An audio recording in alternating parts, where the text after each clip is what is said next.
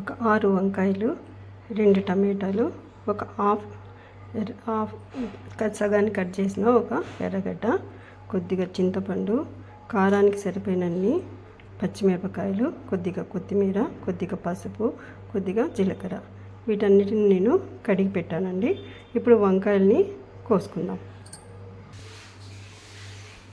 ఇలా వంకాయల్ని ఇలా సన్నగా తరిగి పెట్టుకోవాలి. అలాగే టమాటాను, అలాగే ఎర్రగడ్డను సన్న ముక్కలుగా వేయాలి. అలాగే చింతపండు నానబెట్టిన చింతపండు ఇది. పచ్చిమిరపకాయలు ఇలా సన్నగా కట్ చేసుకోవాలి. కొత్తిమీర, పసుపు, జీలకర్ర. వంకాయ బజ్జీ ఎలా చేయాలో చూద్దాం. ముందుగా స్టవ్ వెలిగించుకొని ఒక 2 స్పూన్ల ఆయిల్ వేసుకుందాం.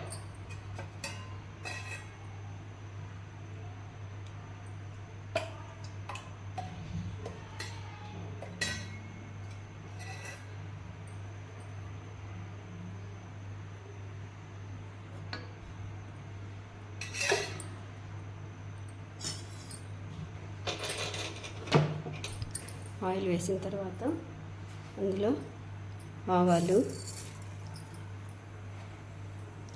జీలకర్ర,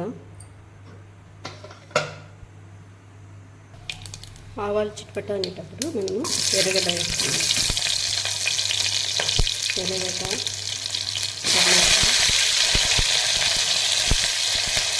పచ్చిమిర్చి,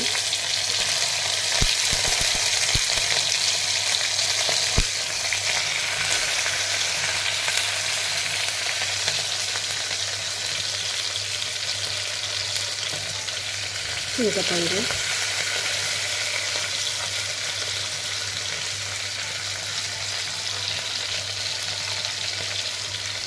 కొద్దిగా జీలకర్ర, పసుపు,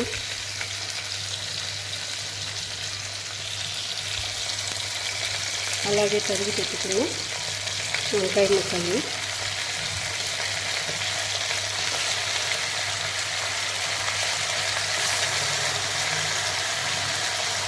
వేసి బాగా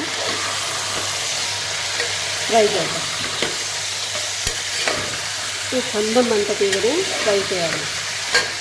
ఒక 10 నిమిషాల వరకు దీన్ని మూత పెట్టి మగ్గబెట్టాలి.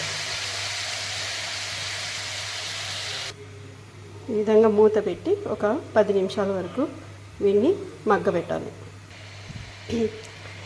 ఇలా బాగా వంకాయ మగ్గిన తర్వాత కొద్దిగా వాటర్ వేసుకోవాలి. వేసుకొని ఒక 2-3 విజిల్స్ వచ్చేంత వరకు మనము కుక్కర్ని ఆన్ చేసుకోవాలి. కుక్కర్ మూత పెట్టుకొని మనము ఒక 2-3 విజిల్స్ వచ్చేంత వరకు మనము కుక్కర్ని ఉడికించుకోవాలి. విజిల్ వెళ్ళిన తర్వాత మనము కుక్కర్ మూత తీసి చూద్దాం.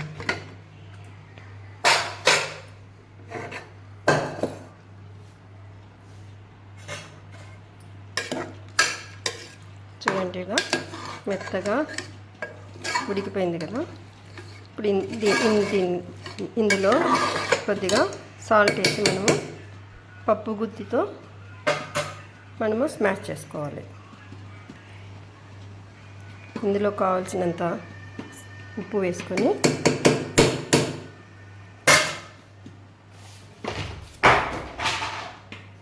పప్పు గుత్తితో ఎనుపుకుందాం. ఎంతో టేస్టీగా ఉండే వంకాయ పుల్లగూర రెడీ అండి. టేస్ట్ చేసి చూస్తే సూపర్ అంటే సూపర్గా ఉందండి. ఇది అన్నంలో కానీ, రోటీలే కానీ, లేదా జొన్న రొట్టెలే కానీ చాలా బాగుంటుంది. మీరు కూడా ఒకసారి ట్రై చేయండి. ఈ వీడియో నచ్చితే లైక్, షేర్ అండ్ సబ్స్క్రైబ్ చేయండి. Thank you for watching.